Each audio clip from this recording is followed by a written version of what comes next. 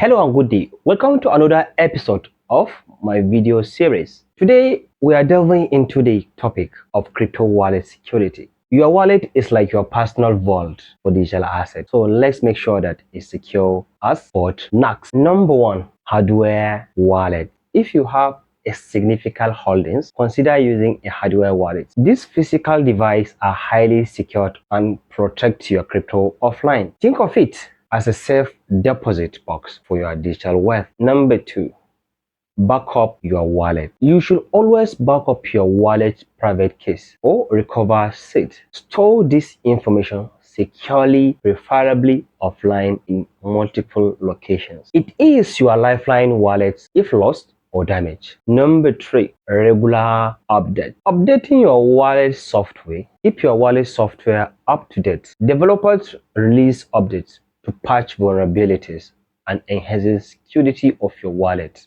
Don't neglect those updates notification. It's highly important. That wraps up our video on crypto wallet security best practices. Remember, your wallet is your treasure chest and securing it is paramount. Stay tuned for more crypto wisdom. Thanks for watching. In our next video, we are going to talk about how to verify crypto transaction. You can't afford to miss this.